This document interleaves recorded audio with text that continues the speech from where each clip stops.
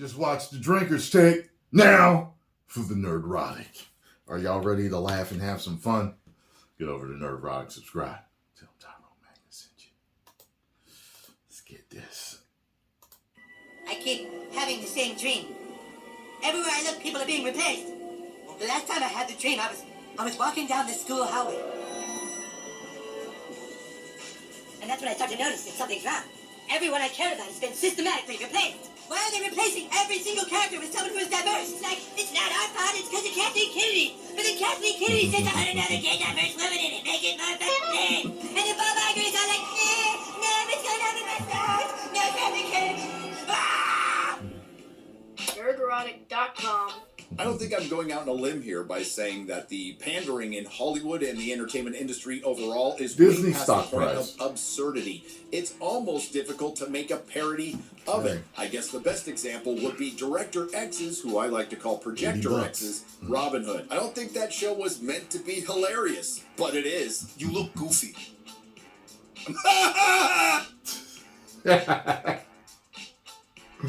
Sure, Dan. There's too many to count, but the recent examples are Little Mermaid, Snow White, a black female Viking queen, and the retconning of history with Cleopatra and Amber Lynn. But you know, things have gotten pretty bad for Tinseltown overall, and in particular Disney and with Kathleen Kennedy when South Park gets around to making an episode about you. Now, they have roasted Hollywood many times in the past, but they were very specific in joining the Panderverse. And one could argue that an episode like this is long overdue. Woke Hollywood has been some of the lowest hanging fruit and comedy gold that a lot of comedians were too scared to pick, but better late than never. Did they go in strong? Yes. But towards the end, they pulled some punches, and I'll say up front, I thought they were soft on Bob Iger, Kathleen Kennedy towards the end, and her critics. And while this episode definitely does roast Disney and Kathleen Kennedy, I think it's far more critical of Marvel and Hollywood overall. I would also argue that this is a bit of a cultural moment that needed to happen, and it wasn't all from this episode. Damn right. Yes, South Park was very critical of Disney,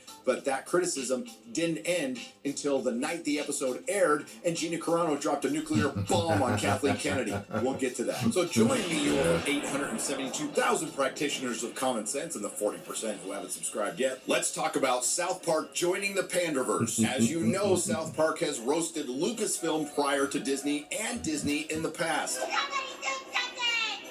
Why are they doing this? They're just taking Indiana Jones and they're raping him! I can't watch. Let's get out of here. Well, Indiana Jones, what you doing in our neck of the woods?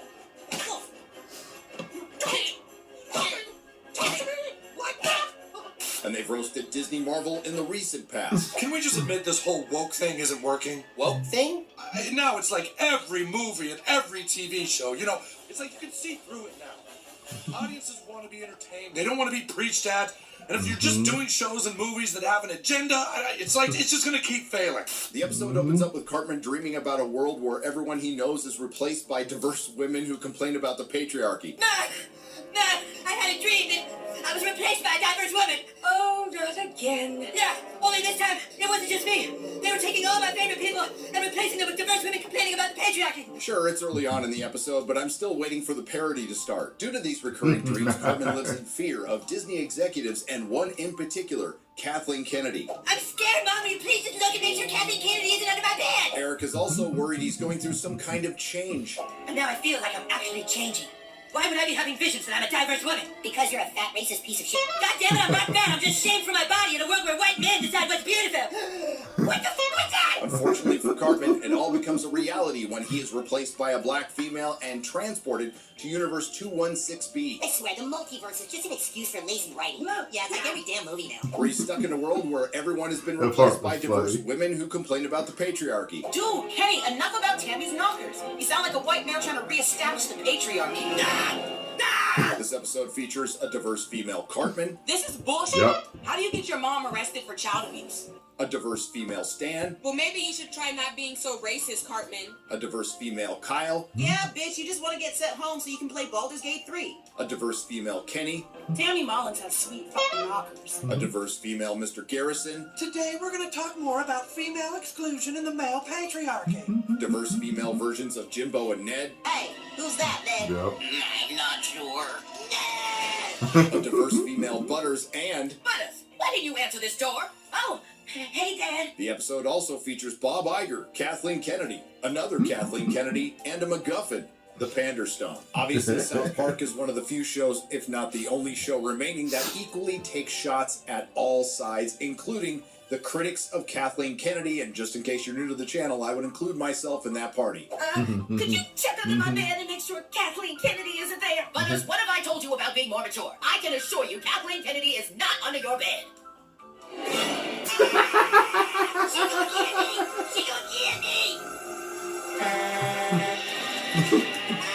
Call me crazy, but I think this one is directed at a specific group of people. You start getting piles and piles of hate mail, endless messages calling you the C word. You can't think straight. Well, I'm sorry I wrote all those letters. It probably was a bit much. No, I got like 10,000 letters a day. I was doing more like 12 to 13,000, especially after the new Indiana Jones came out. They even include some of our talking points. Eric Cartman is in here all the time getting in trouble. That's because I'm from a different universe. How many times I have to tell you people? The Disney company tried to use their platform to bring about social change and I got fat. And part of the genius of South Park in this particular episode, especially in the beginning, is they could be roasting both sides at the same time. I guess the stark difference between Kathleen Kennedy, Disney, Hollywood, and the critics, and I'll speak for myself, is I am not above criticism. I welcome it. I expected it in this episode, and I'll have to say that I was left wanting more. Now, they did skewer Disney.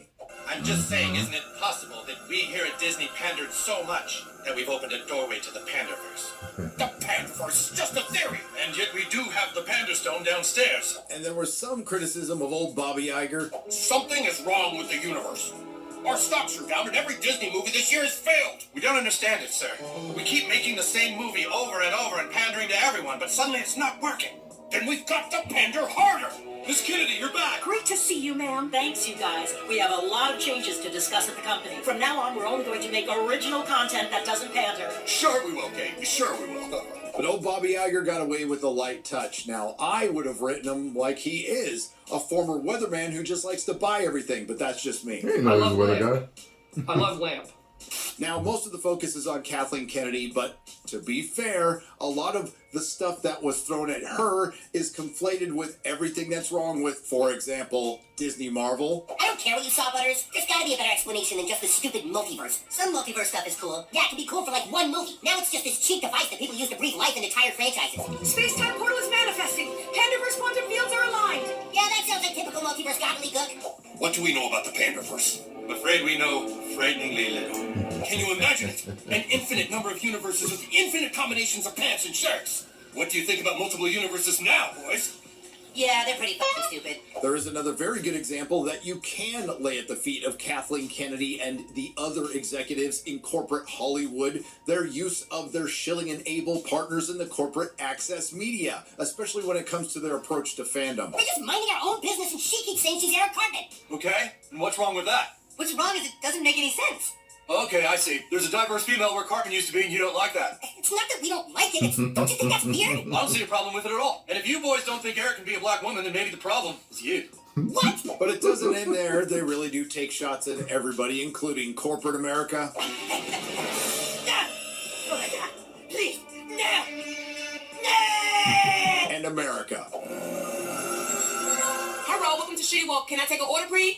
We're just having tea, thank you. Okay, you just want a tea and talk about shitty male-dominated society. That's fine. And no, I'm not sure what the difference is. Then we get South Park's guest of honor, Kathleen Kennedy, who does get the brunt of the criticism through most of the episode, but not all, through two characters. And that's the beauty of this show. They use Cartman as plausible deniability. They used him to represent a portion of the fandom, like it or not. And there's Cartman Kennedy, who represents the very worst aspects of Lucasfilm. And this stuff is absolute gold. Is there a problem, people? We were just discussing ideas of what to do with the new Prince Eric movie. Put a chick in it, make her gay! Some of the execs are just expressing that maybe... Well, then maybe we should go a different route than we did with Indiana Jones. Fuck Indiana Jones, put a chick in it, make her gay and gay! And this is my personal favorite. Kathleen Kennedy is down on set right now ruining the new Bambi movie.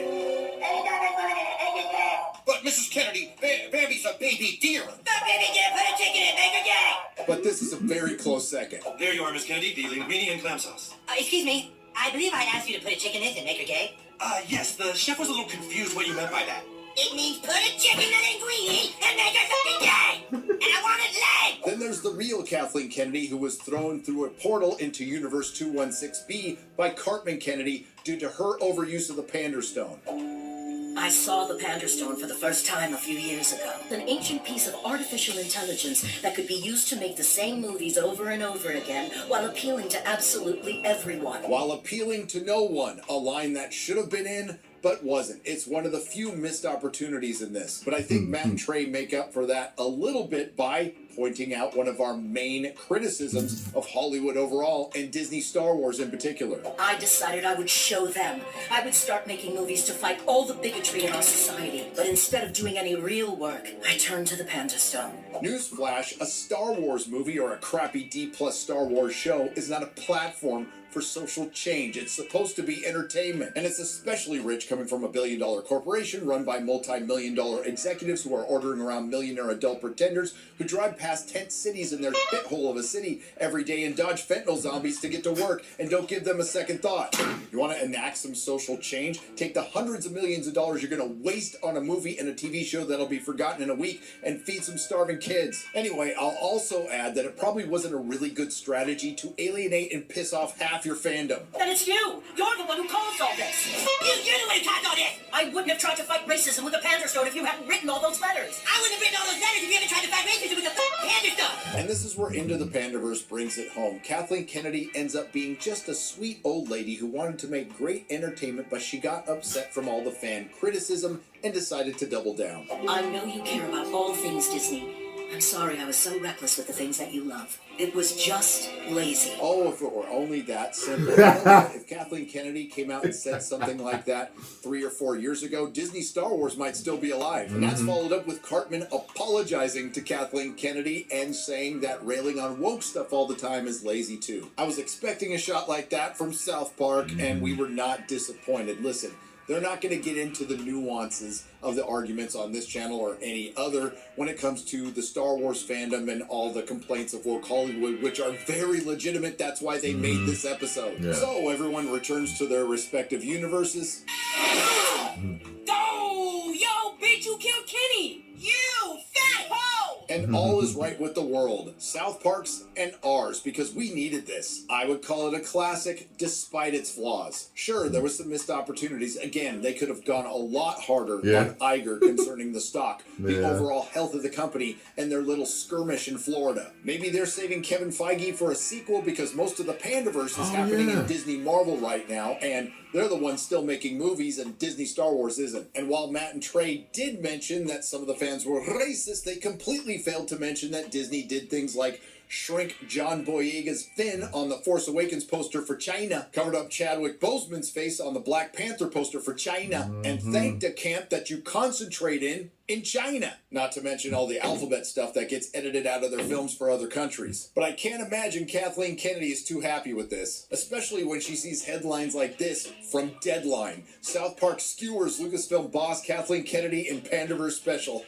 But the criticism doesn't end there. While South Park slung some arrows at Kathleen Kennedy, Gina Carano dropped a bomb on her. Gina Carano dropped this on Twitter the night the episode came out. This is the part where Kathleen Kennedy demands any YouTubers get censored off YouTube for sharing and laughing at this hilarious episode. She'll have YouTube disable the thumbs down option because of the ratio she'll receive. Then she'll have her publicist ghouls make sure Variety and Hollywood Reporter run hit pieces about the South Park creators and their What's that families, little mouse smearing their she's got name there? through every Where'd that useful picture idiot come from? she has under her thumb who would sell their soul to work for Lucasfilm. She'll activate her online mob to repeat that the South Park creators are racist, bigot, transphobes, and demand that South Park creators publicly apologize by using words she approves of. And finally, she'll demand they subject themselves to a re-education course of 45 people in the LGBTQ community Zoom call to sit there and listen of how badly they got their feelings hurt all over a little boop of a South Park episode. But maybe, just maybe, the jig is up. Whoa. Damn, you go, girl. That sounded cathartic. Now, some of that was public knowledge, and some of it wasn't. But Gina wasn't done. Now, Gina is responding here to some Star Wars shill who has me blocked, and I'm not going to bother to see what he says because I don't really care. And we're not going to read this whole thing. I just want to read some highlights. For some added context, not just for you, but for the people reading, one of the things your overlords, being Disney, asked me to do was to unfollow certain accounts because they said bad things about Kathleen Kennedy. That was a huge red flag for me. Gina mentions that with anything in entertainment, quote-unquote haters or critics or legitimate criticism is part of the game, and maybe you should just have a thicker skin. If you are a proper good leader, you learn how to embrace and communicate, not dictate and silence and demand your actors and directors unfollow and shame more than half of your fan base and the people who have stuck with your franchise for decades. Your Disney overlords tried to hide behind the two opposing fan bases fighting each other instead of taking responsibility. So they encourage the hate, all while virtue signaling they are standing up for minorities, but instead using them as a shield and a weapon. Funny enough, just how our government works. Based. You tell them I'm coming, and hell's coming with me, you hear? Hell's coming with me! Gina Carano going scorched earth on Kathleen Kennedy, and I am here for it. Now, I encourage you to go to her Twitter and read the whole thing, and I guarantee you there's a lot more to this story that she would love to tell, and hopefully someday we hear it. But thanks to Gina, we got the exclamation point that we didn't get in South Park's joining the Pandaverse. But enough from me, let's go to the people. Now, we can't go to the critics on Rotten Tomatoes because none of them reviewed joining the Pandaverse. 5 stars from Mr. Manzarelli, right up there with the best South Park episodes. I was hoping Disney doubles down so we get an even wilder part 2. Yeah, we'll see if they get around to Disney Marvel. Kevin Christ C for 5 stars. They said what they needed to say. Enough is enough. Hollywood needs to stop shoving DEI down our throats and just focus on good storytelling. Wow, Eric P for 4.5 stars. He's doing a fair job of showing things that have gone wrong in the entertainment industry and trying to describe how the situation came about. While it will doubtless offend some specific individuals, Kathleen Kennedy, I could not describe it as toxic. Unlike certain other movies, i.e., the most recent movies from Hollywood and Disney, it's actually working to shed light on the subject in a positive way. Considering that the Hollywood pandering has been going on for years and the limited time of the episode, Eric, I would say that's a fair assessment. G. Leja F for 4.5 stars. Amazing, hilarious satire. This episode shows everyone, and especially all of those Hollywood big-name studios, exactly the point of why their projects keep flopping over the last years. I hope this is a wake-up call. Nonetheless, it's one of the best episodes of the show I've seen in a while. You know, I wouldn't be holding out for that wake-up call, especially from Disney. And we'll end it here. Michael S. for 5 stars. I haven't laughed so hard in a long time. Satire has always been, and I'm sure he meant to say, the best form of social commentary. People need to stop being offended at everything and learn to laugh, because we sure screwed ourselves. And Michael is right, and that is exactly why South Park is such a good thing, and that's what I try to do here, taking the piss out of a very self-serious Hollywood. And I do believe satire and mockery of all institutions helps achieve balance, something we need to return to because we are dangerously close to parody world. And some unsolicited words of advice for bigwig Hollywood executives. Say, for example, you're in charge of one of the most valuable intellectual properties of all time, and you can't handle a little criticism. Maybe the job isn't for you. If you can't handle being called out for what is the very definition of the bigotry of lowered expectations, obvious pandering, then maybe the problem is you. Ultimately, this show did what it was supposed to do. It made me laugh a lot. Mission accomplished. And we're openly having a conversation about all the pandering in Hollywood. This is something we couldn't do a couple of years ago. So yes, I think that's a good thing. And no, I don't think we have to worry about Kathleen Kennedy being under our bed.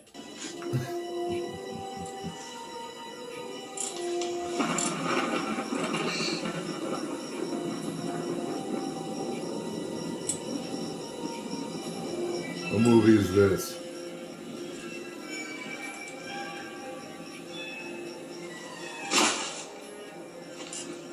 Protect these characters. Make sure that they still continue to live in the way that you created them. Development is a complicated, long-term process. I was wondering if that's what it was. Nerderotic.com. If you like what you heard, please like, share, and subscribe. If you didn't like what you heard, I thank you for listening this long. I will see you in the next video.